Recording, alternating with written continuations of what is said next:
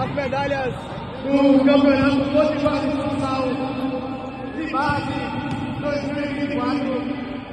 Primeiro, vamos fazer a entrega das medalhas da categoria Sub-9.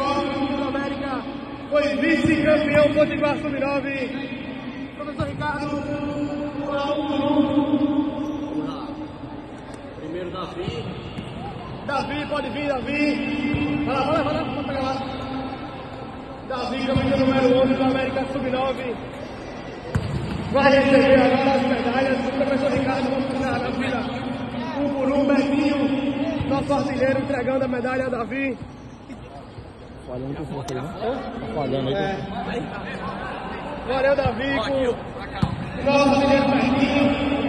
Medalha de prata, vice-campeão Sub-9, vai Davi. Ricardo. Railon, camisa número 70, para receber a medalha de prata. Recebe das mãos. Foi.